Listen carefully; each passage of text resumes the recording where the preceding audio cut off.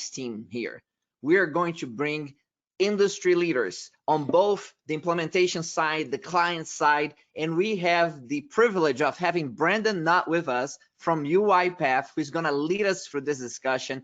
Brandon has been a presenter in our shows several times before, always exciting perspectives on what's going on in the world of intelligent automation. And just a little background on Brandon, he leads attended automation at UiPath. His focus on the human to robot interaction is fueled by a belief that if we remove tedious, repetitive tasks from our daily lives, we are free now to function at a higher and more rewarding level. As a former customer, he has built a successful RPA practice and brings real first-hand knowledge to the challenges and success stories from operating an RPA practice. Brandon, it's always a privilege to have you here with us. Thank you for sharing your expertise with nearly 2,500 of our registered participants. Thank you so much. I really appreciate it. It's always a pleasure to come and speak at these events because the conversation is so engaging. The questions coming from the audience are always very good. And I would encourage you, we are going to leave some time at the end of this session to have some of those questions, to have our panelists on and talk through their experiences and what they're seeing. So please, as the meeting goes on, feel free to start having some of those questions flow through. So I'm Brandon Knott, as was mentioned, and today I'm going to walk you through just a little bit of research that we've done recently, which I think is very interesting. And then we're going to bring our panelists on. And we've got two amazing people lined up with great stories and also very deep experiences. And as the title of the presentation suggests, we're going to talk about some of the challenges about having these programs and how to overcome them and what kind of strategies you want to be thinking about. So with that, let me go ahead and walk you through some of the information that we have here. And I'm going to share my screen. And first, let's talk about a little bit of the research that we have available. We did a pretty comprehensive study, and as you can see, we looked at various geographies, industries, sizes of organizations, job function, and we asked users of RPA and citizen developers about their experiences. And what we found is that there is a funnel that starts to emerge of how people get into RPA, and it starts with not being aware, into being aware but not using it, then to starting to use it, then to becoming a citizen developer, and finally with becoming a sophisticated citizen developer. And this is fine. We know funnels, we're comfortable with funnels, but what's interesting is as we started to dig into the data, we saw blockers, we saw challenges that people and organizations experience as they move through this process. And that's what we want to set up the conversation with today, and then we'll dig into it with our panelists. The first is when you try and move from being aware of RPA into being a user of RPA, we see two categories of blockers. Organizational, meaning our companies need to take steps, they need to have programs, they need to drive that adoption. And second is cognitive, and that means what are people's opinions towards RPA? Now the good news is with cognitive, 86% of people are willing to use RPA. There is very little, if any, concern of robots are coming for my jobs that we see these days. What we see is, how is this going to be applicable to my job? What type of use cases are going to be helpful for me? And when we ask people, what are you going to do with the time that you get back from engaging with RPA? The vast majority you can see over on the right-hand side here, it's all about time back for critical tasks, professional and personal development, right? Our employees are wanting to advance themselves and see RPA as an opportunity to do that. Another blocker that we see is as we move from people that are users of automation to becoming citizen developers, we've got a series of blockers again. We have product blockers around training, right? And this, you might say this is more of an organizational blocker, but the idea is people need to be educated. You have to go through the training, and it's modest, but it is an effort, and we're going to talk about some of that today. in order to become a citizen developer. And from an organizational standpoint, we need to make sure that we're supporting the developers with things like champions, mentors, meetings. We'll hear some about that today as well. And finally, from a cognitive standpoint, very little concern here. Over 80% of people willing to become citizen developers. So the theme that I think you're starting to see here is that there's a real desire from our employees to use automation to become citizen developers.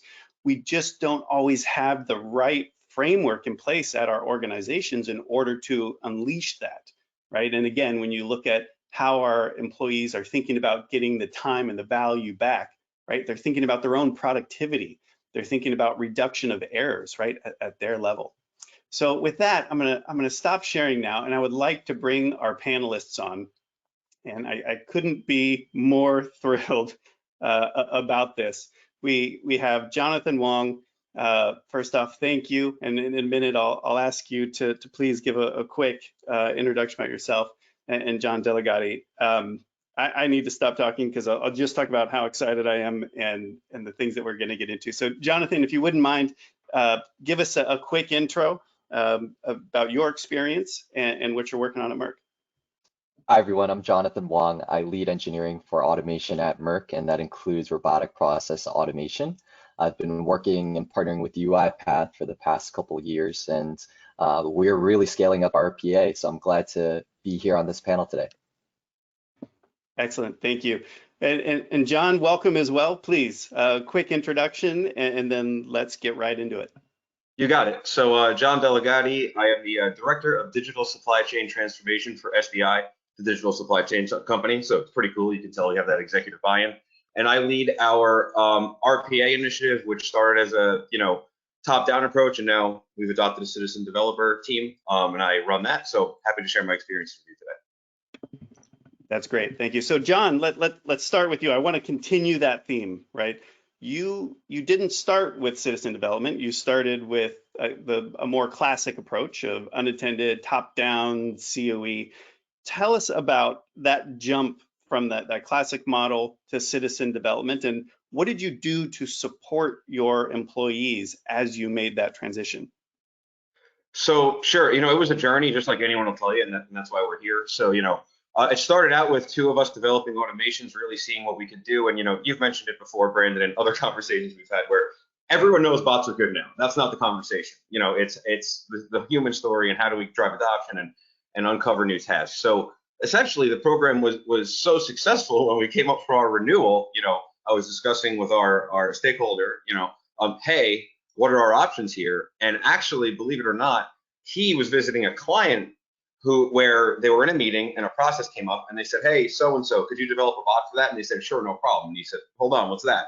And they said, oh, well, we have citizen developers where, people within our organization explained what it was and said, we need that. So I was thrilled, when you mentioned what we did to support them. I've had similar experience with our business intelligence team implementing that data democratization drive. So similarly, we put together weekly meetings. We introduced them to the academy. I mean, listen, the UiPath Academy is one of the reasons we picked UiPath. It was because I'm a self-starter. Most of the people we selected are and want to learn on their own. So it was really important to have a platform where all of those resources were available, right? So we started that, and then we have bi-weekly meetings where we share our experiences. It's not just, hey, what did you develop today? I need a list of projects. It's, hey, I select a citizen developer to actually review one of their projects so that across the team we can see like, oh, I do a similar process, or wow, I thought that would be really hard, but you actually figured out a way. And the first few, obviously, you kind of have to bring it along, but now they're totally organic. People exchange ideas, and we actually fix problems on the call. I mean, it's tremendous. Awesome. And Jonathan, you have a similar story, starting with unattended, stepping into the attended and citizen developer space. Tell us about that journey and that transition. Absolutely. So at Merck, we actually brought RPA in to initially automate a lot of our finance processes. And I think that's similar in a lot of large organizations because finance processes are largely paper-based. And so we wanted to start there and build out a lot of what we call back office automations. And then recently we've scaled those out to other divisions within Merck. And if you're not aware, Merck is one of the largest biopharmaceuticals in the world, and so we have in-house R&D for discovering the next, life-saving medicine, as well as, our own manufacturing plants. And now we're building bots to augment the scientists' work, to give them back more time to discover those medicines rather than doing paperwork. Same thing for the shop floor engineer who's, checking out the assembly line and doing QA to make sure, the latest, vaccines are being made correctly, right? And bots have, been what we call digital workers in all of these divisions. So that was, where we started with those unattended bots. But then, we saw that there was also, a desire and a need, like you were saying, Brandon, for these, front office, processes that are specific to individual workers, not specific to a team or a group or a large process.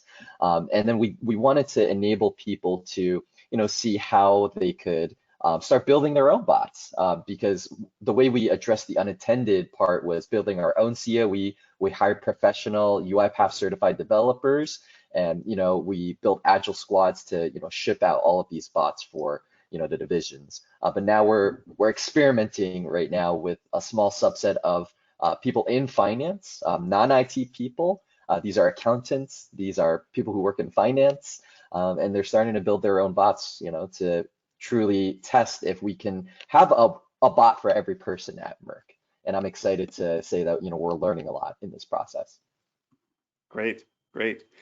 All right, so now we can dispense with the pleasantries. We know that it works, but when we shift from the back office, which is classically a top-down approach, into the front office, which starts to be more of a bottoms-up approach, it's inevitable that we're going to start to introduce and come across some friction, right? We're changing some of our processes, we're changing some of our perceptions and assumptions.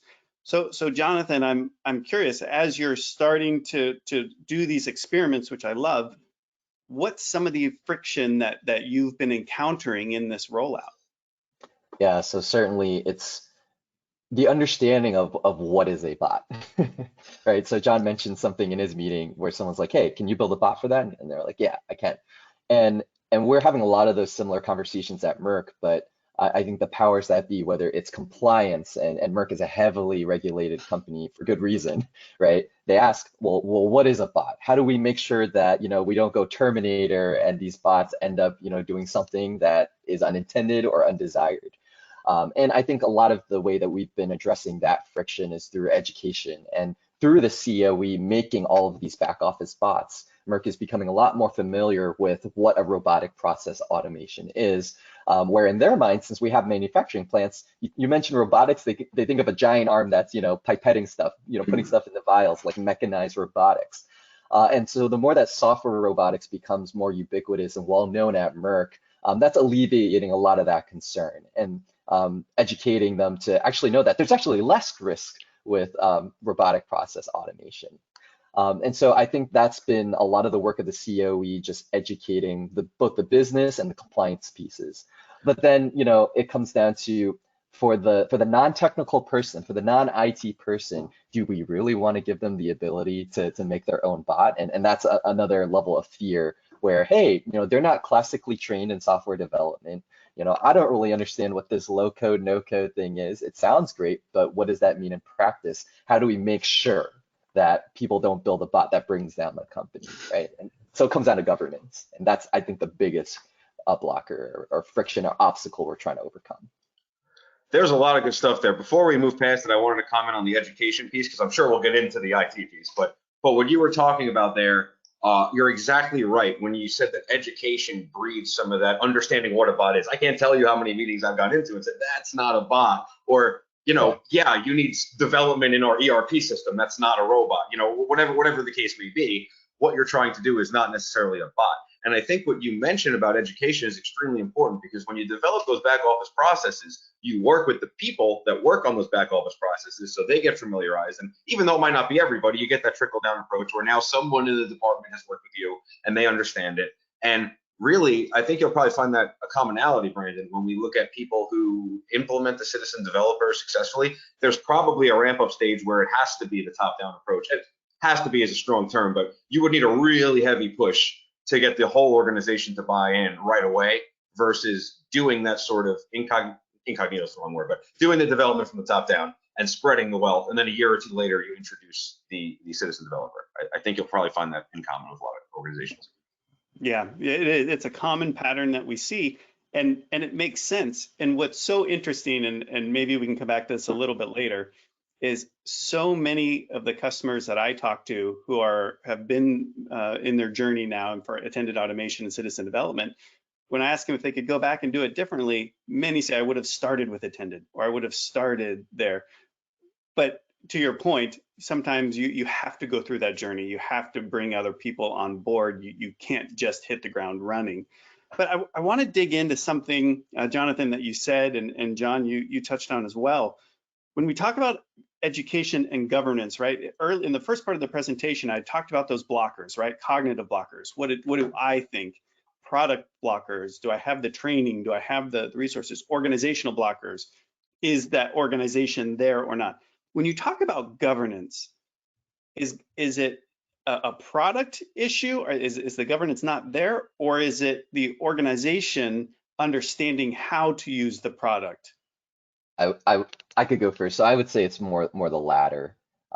So software development at Merck in general is very heavily documented, very heavily scrutinized for good reasons, right? And when we introduce something that's marketed as, low code, no code, light touch, that just sends off a lot of alarm bells for people because they're like, well, everyone says that, what does that really mean? And, for the large part of our back office bots, we've been following, good SDLC practices, but we streamline a lot of that because, we're alluding these bots to more like macros. And that's something the business understands. We're like, oh, an Excel macro, like that's hard they can understand. Yeah, exactly. And there's that light bulb moment where we're demoing the bot to them, where they actually see, the UI elements being selected, and a process that would take them an hour just flash before their eyes. They're like, I get it. I finally get it, right? Now, when we go to the citizen developer piece of it, it's really, the governance of, do they know the actual process of developing software at Merck, right? Because we have to do documentation, a PDD and SDD, all these things that an accountant would have no clue where to start, right? And I think, bridging that gap is the biggest area that we're trying to make right now, where these people who are truly citizen developers are upskilling themselves on these digital skills, right? Like software development. But it's not so much different than, building an Excel macro for the first time. We're like, oh, why would I not do it this way? Makes sense. John, when we think about friction on your side, and to be clear, when I say friction, I don't necessarily mean bad, right? Friction's important. Without friction, you can't drive a car. You can't. We learn and grow. Frankly, I mean, listen, Right. Some of these things they don't want us to do, we shouldn't be doing if we don't know what we're doing, right? So I don't blame them. So tell me, what are some of those friction points that you've come across, and Sure. and what has that looked like to overcome and to navigate? Sure. So when we first started, we faced a lot of friction with a lot of our processes were run through Excel files that came from queries. And when we tried to get access to the queries or needed to modify anything in order to get what we needed, hard stop from the IT side for audit purposes. Hey, we can't tell if this is your account or a robot's account. We don't want to create a bot for an account for a bot. Our clients won't know that we're using robots. Is that okay? All of those, existential questions pop up. And I'm sitting there like, listen, we bought the program. We obviously want to do this. So can we make this happen? And, when we talk about removing barriers, we had the buy-in from the top. So you know what? We went through the experience and we learned, but when we hit a blocker, we'd go escalate and just say, listen, like we need this to get it done. And to be fair, not all citizen developers have the key to the kingdom, right? I've mentioned in our conversations before, the developer I started with, he got kind of absorbed by IT because he was so, such a rock star. And he has, he can insert into our databases and pull. And so he's really, as we build out our COE, he's sort of like the super developer, if you will, where, if you have processes that are small enough or unique enough that you want to run them within your Excel world or however you're doing it, that's fine. But if it's something that needs to be institutionalized, that's one of the ways that we set it up. Sure, I can run unattended things on the orchestrator and things like that. But if we want to get really into, API connections with partners and things like that, we have a technical resource to escalate it to, which is tremendously helpful for us because now he's the guy that's trusted. You know, he is our person where, hey, if we're going to do something wrong, he will realize it, or, you know, he's involved with IT, so he'll do the right thing. I like it. So let me summarize there for a minute and then see if we can double click in.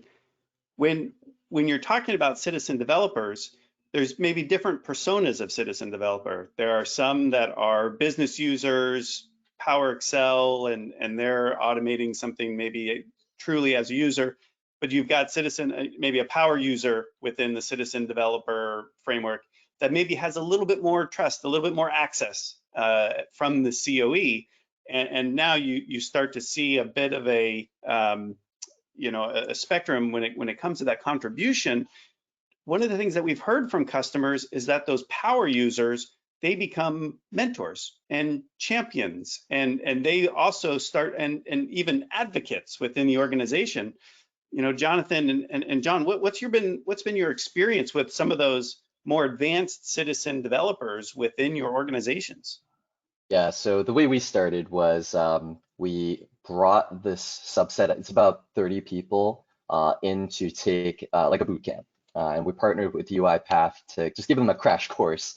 And of course, the UiPath Academy online content is extremely helpful to them to learn how to build their bots. Now, you know, these power users kind of rose to the top of the pack, people who are a little bit, you know, more tech savvy, even if they weren't classically trained. And we identified these people to kind of be the mentors or like overseers of the rest of the citizen developers, to just kind of make sure they're following software development practices, you know, learning the right, you know, good habits, I would say, and not develop bad behaviors that, you know, we would be, you know, become concerned, because we want to give them enough freedom to experiment and learn, and not, you know, choke them with all of the structure and the process. Because if you do enough of that, people are just going to be like, I don't even want to use this because it's too much for me to think about and handle. And I liken to, you know, when people use Microsoft Office products, like, we're not babysitting people on the Excel macros that they develop and, you know, scrutinizing all of that stuff. But we do want to make sure that, you know, prior to pushing to production, that, yeah, there is some check in place. And so these power users kind of act as like a stage gate or a shepherd of the flock, so to speak. And to echo that, I mean, that's what happens in, you know, when I mentioned those meetings that we have where we go back and forth, those power users are always the ones jumping in. You know, hey, someone who's a business user develops a bot, they're stuck on something, the power user comes in and says, hey, bam, you know, I mentioned we developed a wiki where we kind of keep cool tips and tricks like they develop in Studio X. So if they figure out a way to do something that they haven't figured out before, we kind of keep a running log, and he'll direct them to the right article and or answer the question on the call. Or, you know, I offer my services at, you know, at any point to screen share and work on problems like that as like a mentor like that. However, we've seen it within those departments. I mean, another way I was looking at that question, Brandon, and what Jonathan said is totally right, but is also within the business. So not just within like the automation space, but the way it's set up at SDI is we have about 10 users, and I'm hoping to get more, but we're proving ourselves 10. But they're within different silos. They're not siloed, we all talk to each other, but they're within different functions, right? So like as an example, we have some in business intelligence, they're business intelligence guys. So they're running with it. You know, they're developing all those macros and things anyway, so they're all about this and they eat it up. You have people in sourcing and operations who, while they might not be as techy, they can definitely develop, and now they're in an operations meeting, and it's similar to how I mentioned how citizen development got started, you know, at our company. Same kind of stuff happens. They're at an implementation meeting, they get a task, and they say, oh, you know, I think so-and-so in sourcing is part of the UiPath program. They learn about it and they develop a lot together. And so I went from the only person, it was my job, I'm not complaining, but the person hunting for tasks to the departments hunting for their own tasks to automate. And I think that's been tremendous. And that's based on those mentors. That's really interesting. The shift of you hunting and going out and pursuing to being pursued. I mean, that sounds like a critical mass, right? Inflection point kind of moment. Yes, definitely. I mean, we saw it when we were doing it, you know, with just myself and the other developer, just from the top down. But now as it's branching out, you know, I'm getting requests, and, you know, I'm simply redirecting them to their champion. And you know what, if their champion has, no problem, I will help you. But the way that it's coming together is we're really developing that in-house expertise. And my hope, you know, Jonathan, I'm jealous. You have 3 times the citizen developers that I do. You know, I know your company's a little bigger though. But my point is that my point is is that it would be fantastic that these people are so familiar with it that it's almost like, hey, when am I getting mine? You know, that's what I want, and I think we're getting there. So I want to ask you both a loaded question because I heard kind of a reference to this early on, and it's something that people ask, quite frankly, when we're talking, you know, with customers out in the wild, which is, okay, so we have these citizen developers, they're building code. Can they just give it to anyone they want? Do I run the same risk of what we ran into with Excel macros, where I have thousands of macros that I have no idea where they are, what they're doing out in the wild, or is there a process that you are following there? So we certainly have a process that isn't very much different from the back office unattended bot, and it's like that because we're still in the experimentation phase. You know, will it change? Probably. But the way that we do it is that when developers, you know, build their bot, it's initially for them, you know, for their individual assistant. But they are encouraged by, you know, these power users, these mentors, to think across teams that, hey, maybe the person in the cubicle next to them could use the same bot, right? And thankfully, UiPath is designed, and through the orchestration service, where, you know, you can reuse packages, you know, across, you know, different users. So that's been working out well, where, you know, a citizen developer might be building an attended bot that might be able to do work for 3 people. And we encourage them to find those opportunities, because that's what the traditional, like, Agile Squad unattended bot product owner is doing. They're usually working with the business to identify the big dollar opportunities. And so I think that, you know, that middle layer, where it's not just one robot per person, but maybe one robot per, you know, few people, I think is really great, because when there's reusability, I think there's even more savings there. So that's what we you know, document with, you know, the SDLC process, and then, you know, we formally say that, hey, this is now approved to go live, and, you know, we observe, you know, the operations of that bot and see that, hey, you know, is it working, is it not? And we ask the business themselves, like, hey, how often do you use this? Like, is this something that you use once and then you forget it, or use twice and never use it again? Because that's okay, right? But it's really just tracking those metrics, and we're still experimenting to know, like, how to do that well with the attended bots too.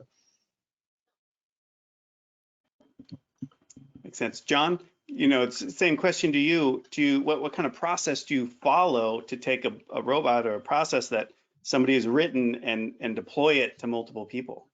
Yeah, so currently we're kind of doing exactly, it struck a chord, I shouldn't want to interrupt you, but his one robot per few is a perfect analogy, because in addition to these team meetings where we discuss things, right, that person is part of a team of 10 people or 5 people or whatever the case may be. So we've had similar situations, like a great example for us is we need to integrate quite a bit.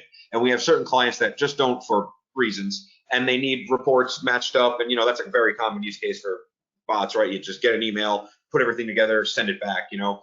And that's how we develop some of our workflows and things like that, where people need that to start their day in the morning, you know. So previously we were disseminating those reports, you know, with a filter or something like that, and then people would do what they needed to do.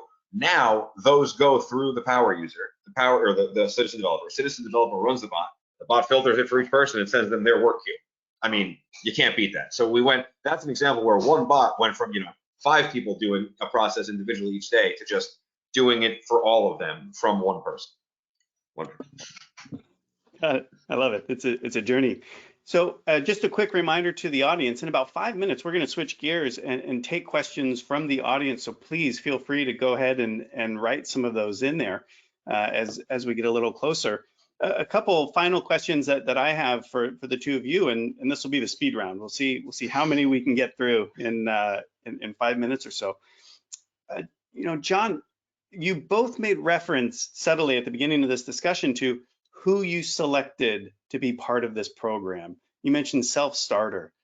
What were you looking for in those initial citizen developers, and what guidance would you have for other people who want to start their journey? So I would say it's exactly like you said, or the Excel reference. That's why it hit home for me. That's what people understand. So I basically said, listen, you know, you don't even have to write macros. If you're doing VLOOKUPs every day and you can do a nested if statement, let's talk. Because at the very least, you understand, you know, you number one, in my opinion, as a business user, You went out of your way to figure that out. No one, maybe someone taught you, but you can do your job without it. It would be a lot harder, but you made the effort to improve it. So that gives me a little bit of indication that you want to learn that stuff because you're not in IT, right? Excel was the first low code thing, pretty much. And then, obviously it was the interest and ability to learn. So my thought was if you could do some of the fancy Excel stuff, you probably taught yourself. So therefore you can probably use the academy and learn, right? And don't get me wrong, it was a process. That was my initial thoughts on my selections, but I did make sure that I went to the manager, discuss it with them. That way we have buy-in from the top down. I mean, we had it from the very top, but it wouldn't feel great if I stole your employee without, for 4 hours a week without asking you or something like that, right? So I made sure my thoughts were aligned with their, leadership's thoughts. But listen, I'll tell you what, I didn't ask for someone and they didn't say, yeah, go for it. I mean, it seemed to work pretty well. And to your point, I think the reason that resonated was because Excel macros are just something everyone can understand if they're not in IT, right? They understand what you're talking about. So a little bit of a cheat code for me.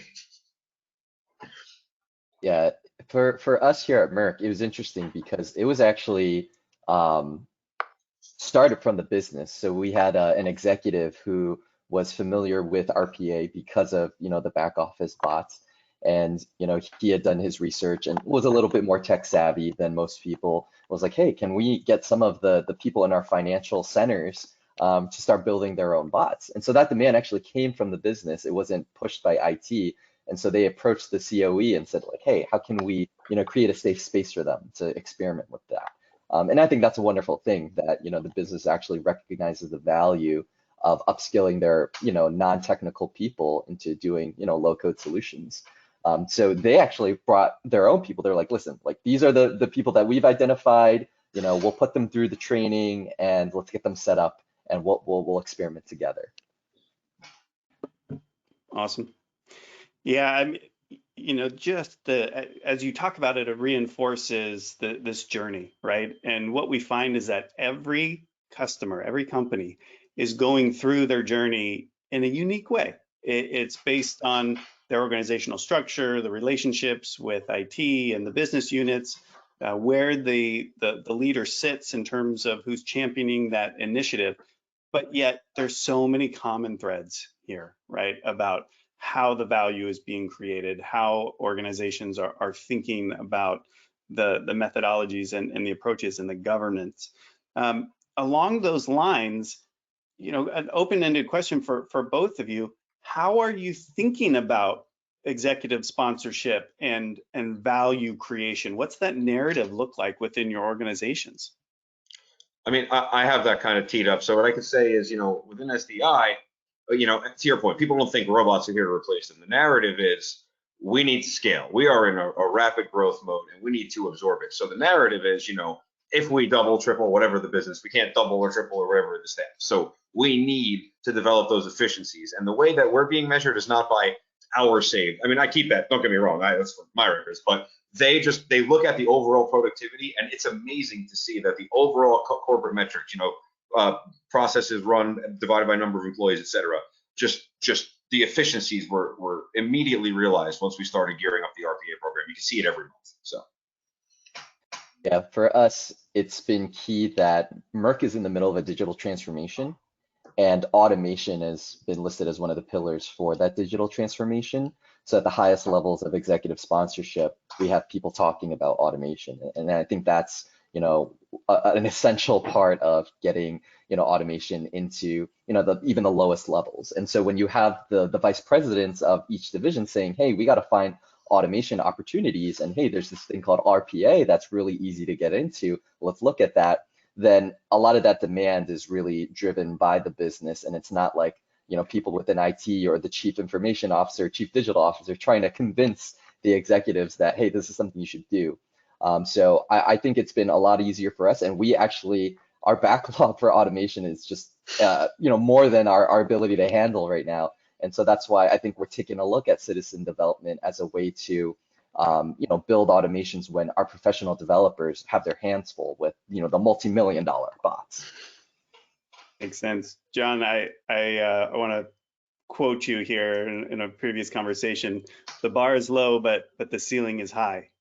Yeah, it's a great, it was from one of my previous bosses, but it's true. We all recognize that there's so much opportunity for automation, right? And at least at SDI, when we voted in a few years ago, and it continues to be the case, the conversation is no longer about the ROI. It's so obvious, the ROI. The opportunity is we can open up new lines of business based on some of this stuff. We can offer new services that other people in our vertical are not offering. I mean, we are, Jonathan, you mentioned you're in the middle of digital transformation. I think everybody is right now, but we certainly are as well, right? And things have accelerated so quickly. Things that we talked about as a product offering for 2025 are rolling out this year, right? So, even the smallest automations, that's why I said, they don't really track the hours saved at the high levels. And it does. I mean, Jonathan, this stuff gets on our board reports and everything. So I'm right there with you. We get the high level, visibility. But listen, even if your bot only saves you 5 minutes every day, if that report is accurate and gets distributed to the people on time, that's an improvement. That's an operational improvement outside of the dollars and money saved, right?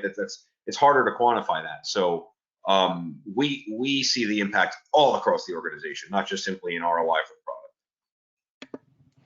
Makes sense. So John, if I was starting my citizen developer journey today, what advice would you give me? What I would say is first, UiPath Academy. I mean, the people that I select, like I said, would have some technical acumen. This isn't just like a pitch for UiPath. It's great. I mean, you go in there, and the thing that I love about it, Jonathan mentioned it as well when you had the team come in. That we did that as well, and that was fantastic. We took people that, even though I was convinced that their technical acumen was enough to run Studio X, you can sense the doubt, or I'll believe it when I see it. They've heard about it, but they haven't seen it. And we built a bot on a phone call within an hour and a half. And was it the most complex thing ever? No. But you know what? More than one person on the call said, "Oh my God, I do that."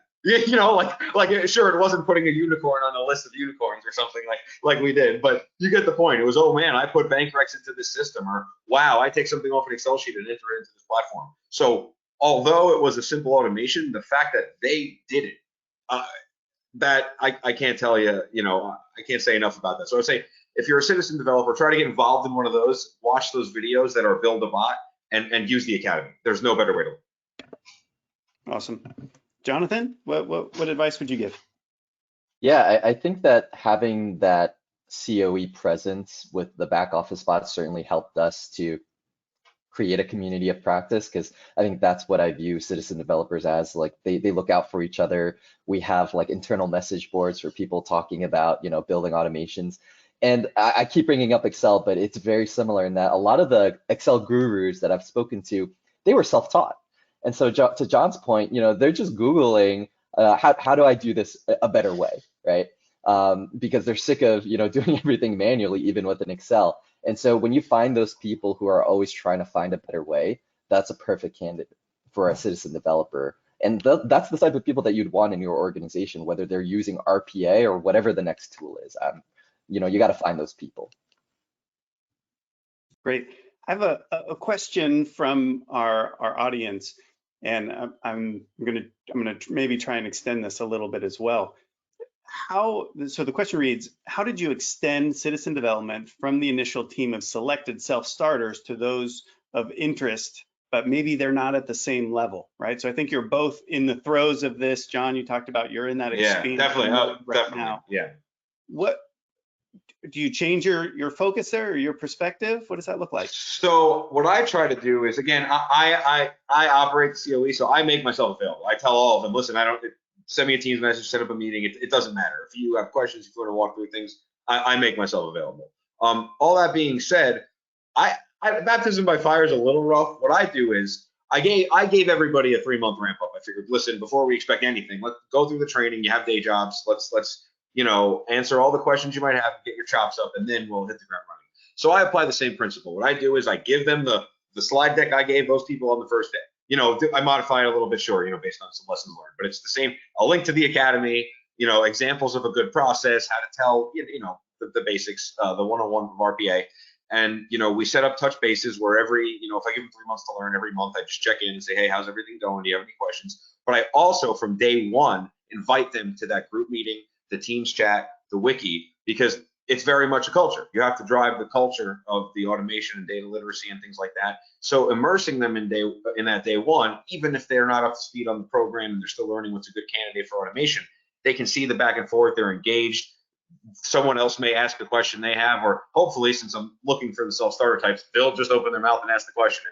It's been happening, but you know how that goes. I just think having them involved makes the growth more natural, because let's say it's not your day job and you're in finance and you're not in these meetings. It's just, oh, it's that training thing I have to do. I hope not, but who knows?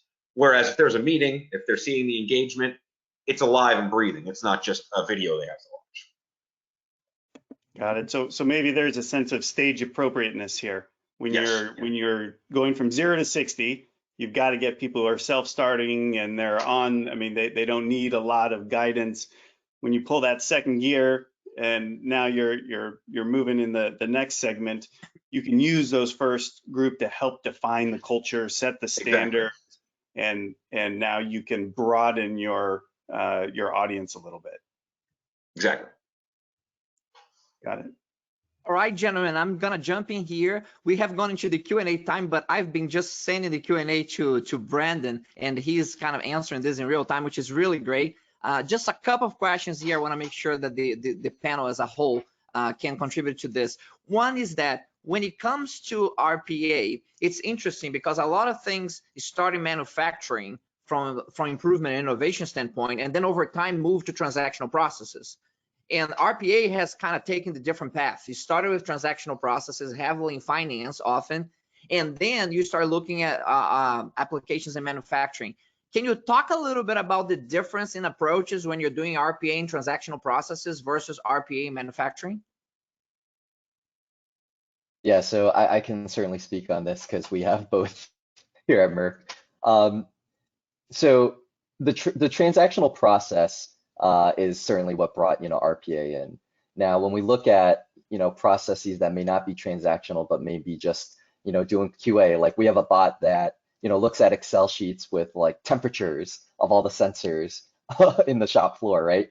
And there's like a report that needs to be checked like on an hourly basis that these temperature ranges for all of this instrumentation is within an acceptable means. And typically there's a person who checks this and puts their signature on all this for quality checks. Now, if you can have a bot do that and check that programmatically, and then the person still needs to interact with that, but it takes maybe half an hour out of that task, that's an exciting thing. And so I think where it started is certainly through automating things like SAP or financial systems within our ERP, but even just going down to like that person's individual task, that's scalable across all of our manufacturing plants across the world because that process is standardized. So I think it's really looking at process automation from all levels, but quality I think has been a huge driver because the bot doesn't make mistakes like the human would. Brandon, from your perspective, does UiPath take a different perspective when you're looking at manufacturing versus transaction? Is there a different approach, I guess, on the way that you implement? Yeah, it's really interesting because from our standpoint, we are motivated, and our core mission is to build the platform. We want to provide all of the Lego bricks, if you will, for you to make whatever you want. So whether you want to make the Death Star or Frozen, right? I have both in my household with small children, right? You get to turn this platform, this end-to-end platform, into what's right for you. And we don't want to be too prescriptive about that. When we see that there's a best way to do something, whether it's process mining, right? Whether it's mining the logs or mining the behaviors of people in order to turn insights, well, then we want to specialize there. But even that is still a pretty generically applicable thing. So we do support industries. We do talk with industry leaders and figure out what is needed. But our default position is still going to be, how can we create the platform that services the most amount of industries, the most amount of people? Very well. Gentlemen, we are out of time, but I want to squeeze something else from you here in the very end. Give me a one-liner for the people who are embarking on this journey of RPA and intelligent automation, you know, one piece of advice, if you can give to them on, you know, do this in their beginning of their journey, what would you tell them?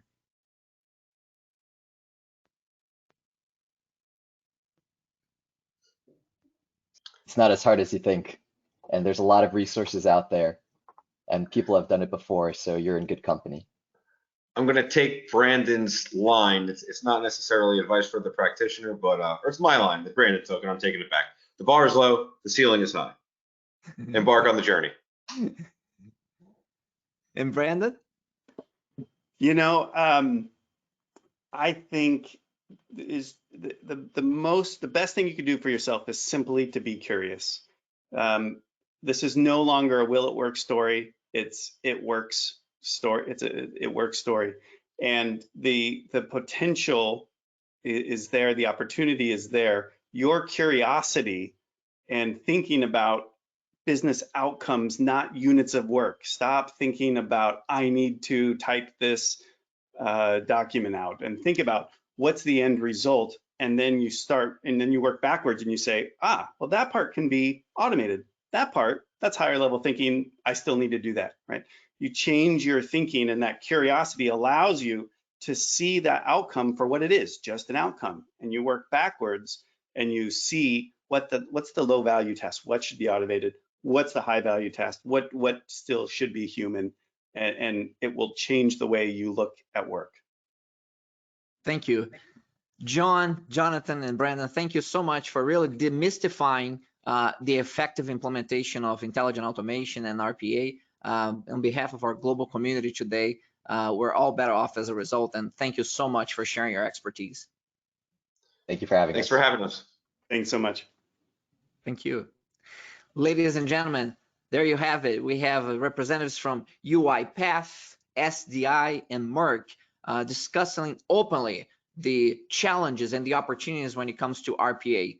Many in the industry currently say that, you know, we expected that, you know, if you have someone who is new to the company, a college graduate, will know how to use Excel and maybe knows how to use basic macros. That level of knowledge and understanding of RPA tools is probably an expectation that you're going to have for new graduates, you know, going forward. So, such is the ubiquitous nature of RPA applications and opportunities across all industries.